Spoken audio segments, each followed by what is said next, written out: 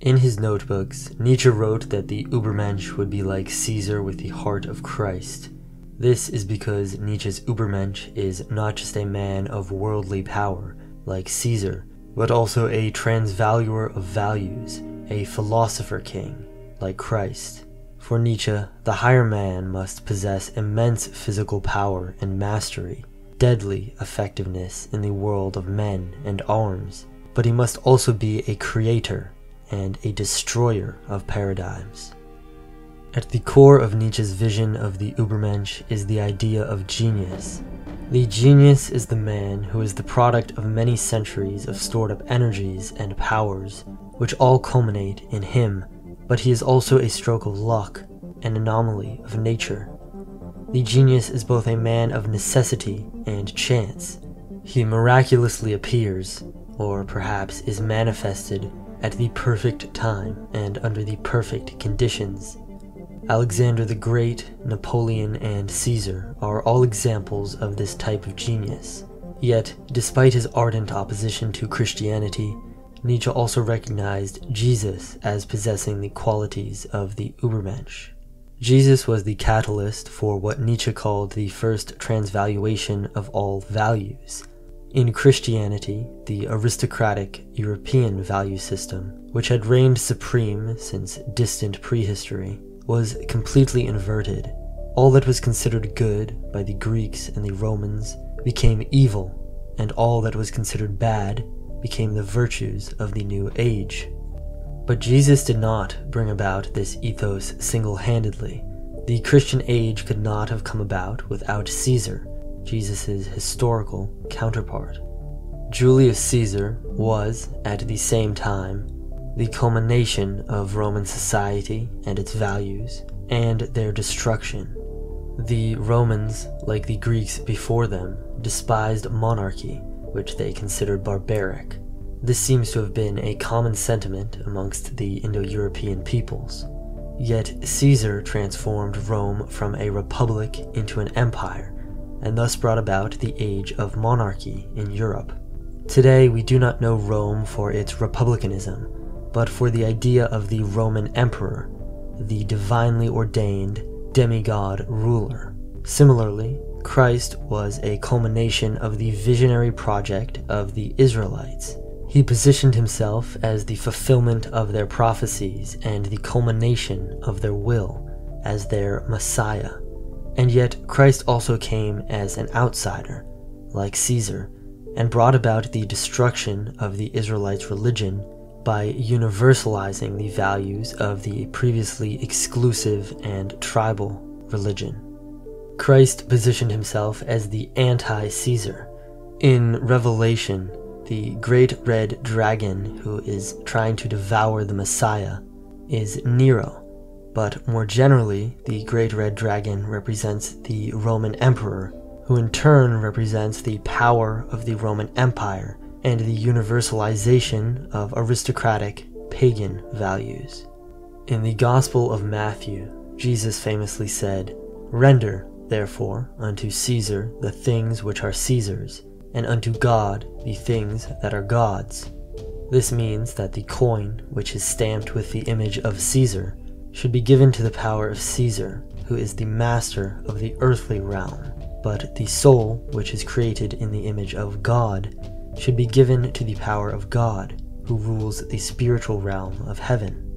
In Caesar, the dominion of the material world was mastered and universalized with the idea of the divine monarch, and in Christ, the spiritual domain was mastered and universalized with the spread of Christianity's monotheism.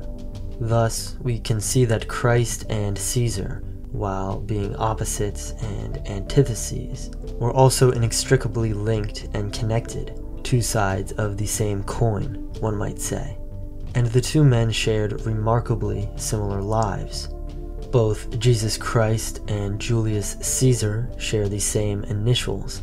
Both men became outcasts in their society, banished to a certain extent for their political actions. Caesar in the wilderness of Gaul, Christ in the desert. Both returned triumphantly from their time in the wilderness to take power and were betrayed by their dear friends. and as a consequence, both suffered gruesome deaths which turned them into martyrs. On the Ides of March in 44 BC, Caesar was stabbed 23 times in the Senate.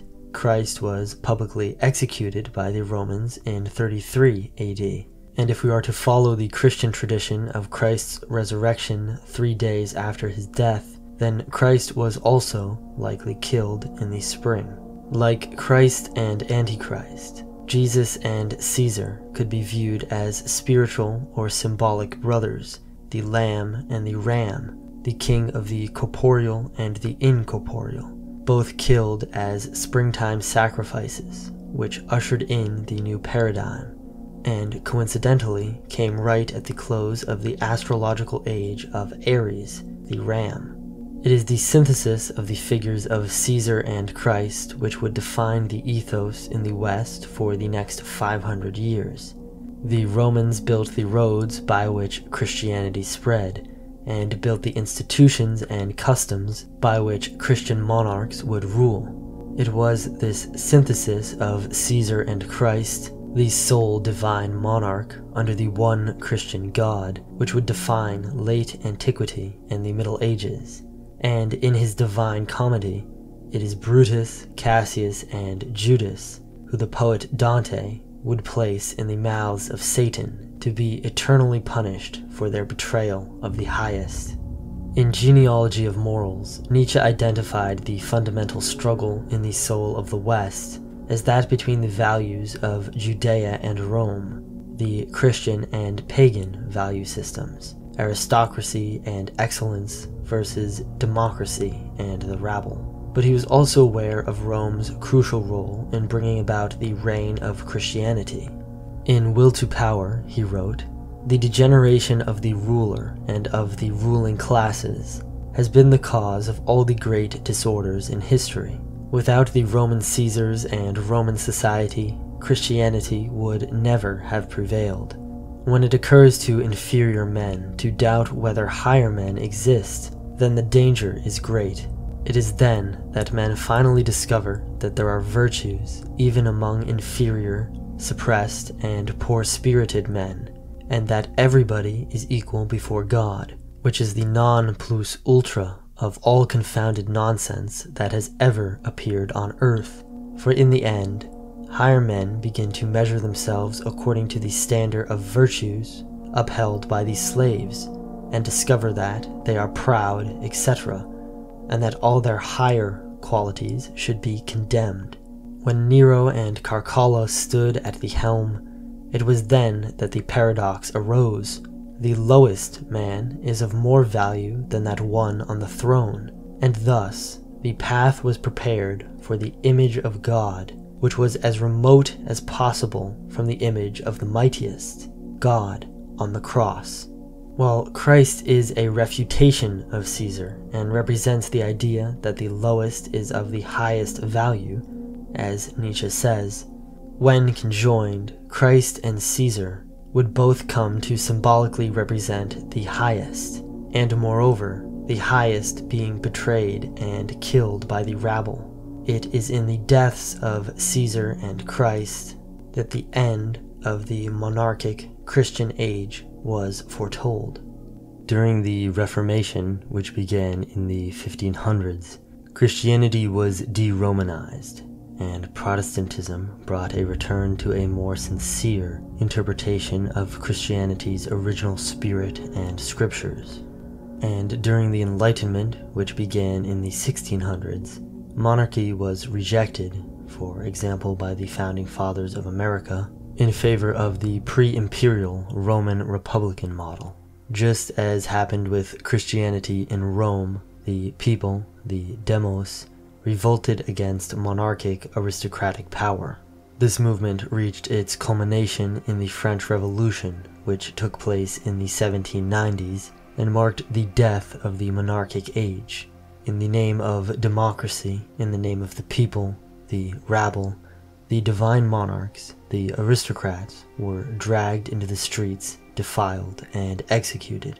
Just as Caesar and Christ stood at the genesis of the age which would stretch through late antiquity, the Middle Ages, and into the Renaissance, Napoleon and Goethe stand at the beginning of the liberal democratic age, which is now just coming to a close. Like Caesar and Christ, they transvalued the waning values of their age and gave birth to something new. In Twilight of the Idols, Nietzsche wrote, "Goethe, not a German event, but a European one. A magnificent attempt to overcome the 18th century by a return to nature, by an ascent to the naturalness of the Renaissance, a kind of self-overcoming on the part of that century. He bore its strongest instincts within himself, the sensibility, the idolatry of nature, and the anti-historic, the idealistic, the unreal, and the revolutionary. In the middle of an age with an unreal outlook, Goethe was a convinced realist. He said yes to everything that was related to him in this respect, and he had no greater experience than that ens realissimum, most real being, called Napoleon. Goethe conceived a human being who would be strong, highly educated, skillful in all bodily matters, self-controlled, reverent towards himself, and who might dare to afford the whole range and wealth of being natural, being strong enough for such freedom. The man of tolerance, not from weakness, but from strength, because he knows how to use to his advantage even that from which the average nature would perish. The man for whom there is no longer anything that is forbidden unless it be weakness, whether called vice or virtue." Napoleon and Goethe lived contemporaneously from the late 1700s to the early 1800s, and the two men would meet. After Napoleon's death, Goethe wrote of Napoleon, "Napoleon was the man, always enlightened, always clear and decided, and endowed with sufficient energy to carry into effect whatever he considered advantageous and necessary. His life was the stride of a demigod, from battle to battle and from victory to victory. It might well be said of him that he was found in a state of continual enlightenment. On this account, his destiny was more brilliant than any the world had seen before him, or perhaps will ever see after him." Napoleon rose to power during the French Revolution, and in its aftermath harnessed its energies and sentiments to his advantage. He became the Emperor of France, crowned himself the Holy Roman Emperor, and aspired to a pan-European empire. Just as Nietzsche said of Goethe, Napoleon could be considered a European phenomenon, one of the first truly European men. In Genealogy of Morals, Nietzsche called Napoleon a last signpost to the other path, and a synthesis of inhuman and superhuman. Nietzsche saw Napoleon as a last echo of the classical age, the age which aspired to the Superman, to the supreme individual specimen. Like Goethe, Nietzsche admired Napoleon's demigod-like mastery over the world of men and arms, and his tremendous aspirations and will. Yet he saw him as the last of a dying breed. But what if Napoleon was not the last of his kind, but an omen of things to come? Just as the end of the Christian monarchic age was foretold in the deaths of Christ and Caesar, the ultimate conclusion of the liberal democratic age is foretold in the figure of Napoleon. When a great leveling takes place, such as the one represented by democracy and liberalism, it provides the perfect conditions for great tyrants to seize power. This was foretold in Nietzsche's prophecy of the Superman. As Europe is democratized, leveled, and homogenized, and the average European is bred and beaten into the type of man who requires a master, who must be commanded because there is no will to command left in him, a new type of man who has the will and vision to aim for hard and lofty goals will rise above the masses and command them towards his ends. And these men, these supermen, will become the masters and aristocrats of the new age, like the heroes of the Bronze Age, the emperors of Rome, and the kings of the Middle Ages. This is what Napoleon as a symbol represents. the birth of the Superman out of a great democratic leveling. In Goethe's Faust, we see the great war and rebellion against nature which would take place during the age of democratic liberalism, and the inevitable fall back to nature which would mark its close. Goethe's play Faust begins with the devil making a wager with God that he can make the faithful scholar, Faust, abandon his faith. Faust is in a state of despair. He has spent his whole life studying the sciences and esoteric knowledge in search of discovering the secrets of nature and the divine, and now, having failed, old and weary, he plans to kill himself. He believes that life has no value. But the devil, Mephistopheles, appears to him and bets that he can show Faust a pleasure which will make him value life. Faust agrees to the deal, thinking that the devil could not possibly succeed, since Faust has become so deeply nihilistic. The devil restores his youth, and Faust enjoys earthly pleasures. Having spent his whole life in search of knowledge and the divine, aspiring to heaven, rejecting earthly life, he now embraces the carnal, the hedonistic, the passionate, and the violent. But in the end of the play, Faust abandons his hedonistic ways and founds a new civilization, becoming a great ruler. It is then that he sees the beauty and value in life, and at that moment, he dies. But since he saw the beauty of life, since he was convinced that life is good, the devil only wins half of his wager. This drama represents the arc of the past 2 ages. Just as Faust's fate was divided between God and the devil, the Christian monarchic age was spent aspiring to the heavens, searching for the philosopher's stone, rejecting the earthly and the carnal, everything deified by the classical age before it. Yet in the liberal age came an abrupt return to nature, to the earthly and the carnal, and a great explosion of violence with the French Revolution and World War II.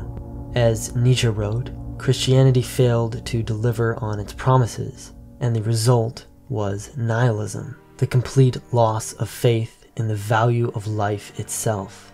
Whereas Christ and Caesar reached to the heavens, Goethe's Faust foretells an embrace of the earthly, of nature, of the body, of the Antichrist. But it also foretells a time of balance restored, when the great man, the king, the ruler, overcomes his nihilism and again is convinced of the goodness of earthly life. In Napoleon and Goethe, we find everything which was contained within the liberal democratic age, the universalized European, the coming of nihilism to Europe after the failure of Christianity, and the embrace of nature, and the Antichrist which would characterize the 20th century. But like Caesar and Christ in their deaths, Napoleon and Goethe also contain a prophecy of the dawning of the next age, the birth of the great man, the Ubermensch, out of the democratic leveling of the masses, and the great man overcoming nihilism and once again believing in the value of life. In Will to Power, Nietzsche wrote, "A certain question constantly recurs to us. It is perhaps a seductive and evil question. May it be whispered into the ears of those who have a right to touch such doubtful problems. Those strong souls of today whose dominion over themselves is unswerving. Is it not high time, now that the type gregarious animal is developing ever more and more in Europe, to set about rearing, thoroughly, artificially, and consciously, an opposite type, and to attempt to establish its virtues? And would not the democratic movement itself find, for the first time, a goal, a salvation, and justification, if some one appeared who made use of it, so that at last, besides its new and sublime product, slavery, for this must be the end of European democracy, a higher species of ruling and Caesarian spirits might also be produced, which would stand upon it and would elevate themselves through it. This new species would climb aloft to new and hitherto impossible things, to a broader vision, and to its task on earth."